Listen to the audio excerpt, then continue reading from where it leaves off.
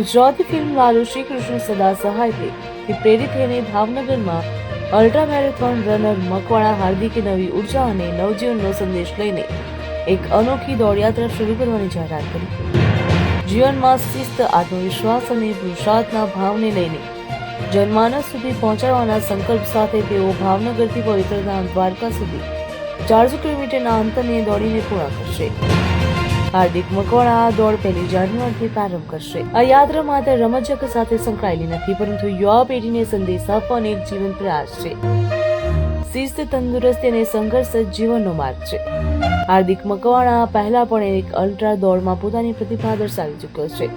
ખાસ કરીને ભાવનગરથી રણુજા સુધી 800 કિલોમીટરના અંતરને 12 દિવસથી પણ ઓછા સમયમાં પૂર્ણ કરવાનો તેમના જીવનનો એક ગૌરવપૂર્ણ સિદ્ધરૂપ અધ્યાય છે.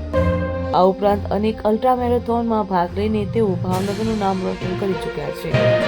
આ 400 મીટરની મહાયાત્રામાં સ્પોન્સરશિપ સહયોગ ફાઇનાન્સ કરી રહ્યું છે, તેમજ સ્પોર્ટ ટ્રેડર્સ પેર ઇન્ટરનેશનલ પ્રાઇવેટ લિમિટેડ અને ટીમ ફોર્સ બાઉન્સર સ્કોડ વતી આપવામાં આવી રહ્યું છે. રૂટની વાત કરીએ તો સિયોર, રંગોળા, બાબરા, આટકોટ, ત્રંબાપડ, ધ્રોલ, ધુવાણા, મોટી ખાવડી, ખંભાળિયા, લીંબડી, દ્વારકાથી હાર્દિક મકવાણાનો આ સંકલ્પ અને સંઘર્ષ નવી પેઢી માટે પ્રેરણાદાયક જીવંત ઉદાહરણ બની રહેશે.